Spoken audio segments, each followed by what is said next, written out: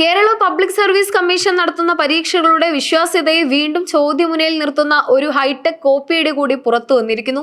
Thiruvananthapuram Kalady government ഹൈസ്കൂളിൽ നടന്ന beat forest officer പരീക്ഷയ്ക്കിടെയാണ് അത്യാധുനിക സജ്ജീകരണങ്ങളുമായി എത്തിയ ഉദ്യോഗാർത്ഥിയും സഹായിയും പിടിയിലായത്. തിരുവനന്തപുരം മുല്ലൂർ കാർത്തിക നിവാസിൽ അനീഷ് ബാബു, ഇയാളെ പുറത്തുനിന്ന് സഹായിച്ച സുഹൃത്ത് അരുൺ എന്നിവരെയാണ് ഫോർട്ട് പോലീസ് അറസ്റ്റ് ചെയ്തത്. പരീക്ഷയ്ക്കിടെ നടന്ന ഹൈടെക് തട്ടിപ്പിന്റെ രീതി അങ്ങേയറ്റം ആസൂത്രിതമായിരുന്നു. പരീക്ഷാ ഹാളുകളിൽ മൊബൈൽ ഫോണുകൾക്കും മറ്റ് ഇലക്ട്രോണിക് ഉപകരണങ്ങൾക്കും കർശനമായ വിലക്കുള്ളപ്പോൾ സുരക്ഷാ പരിശോധനകളെ അതീവ സമർത്ഥമായി വെട്ടിച്ചാണ് അനീഷ് ബാബു 2 സ്മാർട്ട് ഫോണുകളും ക്യാമറ ഘടിപ്പിച്ച ബ്ലൂടൂത്ത് ഉപകരണവും ഉള്ളിലെത്തിച്ചത്. പരീക്ഷ തുടങ്ങിയ ഉടൻ തന്നെ ഇയാൾ തന്റെ പക്കലുണ്ടായിരുന്ന പ്രത്യേക ക്യാമറ സംവിധാനം ഉപയോഗിച്ച് ചോദ്യപേപ്പറിന്റെ ചിത്രം പകർത്തി പുറത്തു കാത്തുനിന്നിരുന്ന സുഹൃത്ത് അരുണിന് അയച്ചുകൊടുത്തു. ചോദ്യങ്ങൾ ലഭിച്ച ഉടൻ തന്നെ അരുൺ ഗൂഗിളിന്റെയും മറ്റ് വിവരശേഖരണ മാർഗങ്ങളുടെയും സഹായത്തോടെ ഉത്തരങ്ങൾ കണ്ടെത്തുകയും ഈ വിവരം തത്സമയം തന്നെ അനീഷിന്റെ ചെവിയിലുണ്ടായിരുന്ന ചെറിയ ബ്ലൂടൂത്ത് ഇയർഫോണിലൂടെ കൈമാറുകയും ചെയ്തു.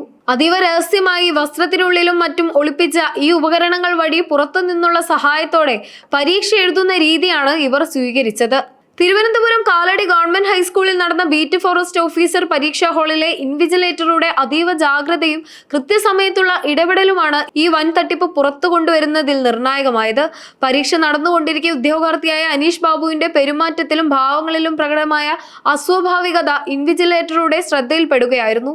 സംശയം തോന്നിയ അദ്ദേഹം ഉടൻ തന്നെ ഉദ്യോഗാർത്ഥിയെ വിശദമായ പരിശോധനയ്ക്ക് വിധേയനാക്കി. ഈ പരിശോധനയിലാണ് സുരക്ഷാ ക്രമീകരണങ്ങളെല്ലാം വെട്ടിച്ച് വസ്ത്രത്തിനുള്ളിൽ അതീവ രഹസ്യമായി ഒളിപ്പിച്ച നിലയിൽ 2 സ്മാർട്ട് ഫോണുകളും ക്യാമറ സംവിധാനത്തോടു കൂടിയ ബ്ലൂടൂത്ത് ഉപകരണങ്ങളും കണ്ടെത്തിയത്.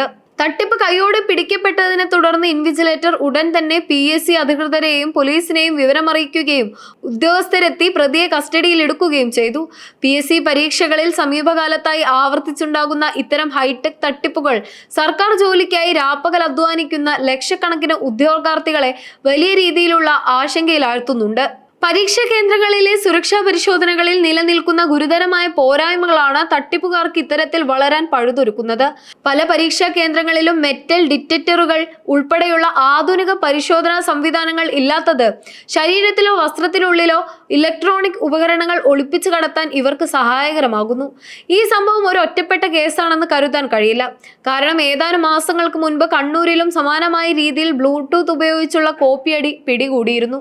മുൻപ് കേരളത്തെ പിടിച്ചുകുലുക്കിയ university college civil police officer പരീക്ഷാ തട്ടിപ്പും ഇതോടൊപ്പം ചേർത്ത് വായിക്കുമ്പോൾ PSC സംവിധാനങ്ങളിലെ വിള്ളലുകൾ എത്രത്തോളം ആഴത്തിലുള്ളതാണെന്ന ഗൗരവകരമായ വസ്തുതയാണ് പുറത്തുവരുന്നത്. ഇത്തരം സംഭവങ്ങൾ പരീക്ഷകളുടെ വിശ്വാസ്യതയെ തന്നെ തകർക്കുമെന്നതിനാൽ സുരക്ഷാ നടപടികൾ കൂടുതൽ കർശനമാക്കണമെന്ന ആവശ്യം ശക്തമാണ്. അറസ്റ്റിലായ പ്രതികൾക്കെതിരെ അതീവ ഗുരുതരമായ നിയമ നടപടികളാണ് പോലീസ് സ്വീകരിച്ചിരിക്കുന്നത്. വഞ്ചന കുറ്റം ഉൾപ്പെടെയുള്ള ഇന്ത്യൻ ശിക്ഷാ നിയമത്തിലെ 420 വകുപ്പ് പ്രകാരം ഇവർക്കെതിരെ കേസെടുത്തിട്ടുണ്ട്. ഫോർട്ട് പോലീസ് നേതൃത്വം നൽകുന്ന അന്വേഷണത്തിൽ ഈ ഹൈടെക് തട്ടിപ്പിന് പിന്നിൽ മറ്റേതെങ്കിലും വലിയ സംഘങ്ങളോ മാഫിയകളോ പ്രവർത്തിക്കുന്നുണ്ടോ എന്നും സമാനമായ രീതിയിൽ ഇവർ മുൻപ് തട്ടിപ്പുകൾ നടത്തിയിട്ടുണ്ടോ എന്നും വിശദമായി പരിശോധിക്കുന്നുണ്ട്. പരീക്ഷയിൽ ക്രമക്കേട് നടത്തിയ അനീഷ് ബാബുവിനെ PSC പരീക്ഷകളിൽ നിന്ന് ആജീവനാന്തം വിലക്കുന്നത് ഉൾപ്പെടെയുള്ള കർശനമായ നടപടികളിലേക്ക് കമ്മീഷൻ നീങ്ങുകയാണ്.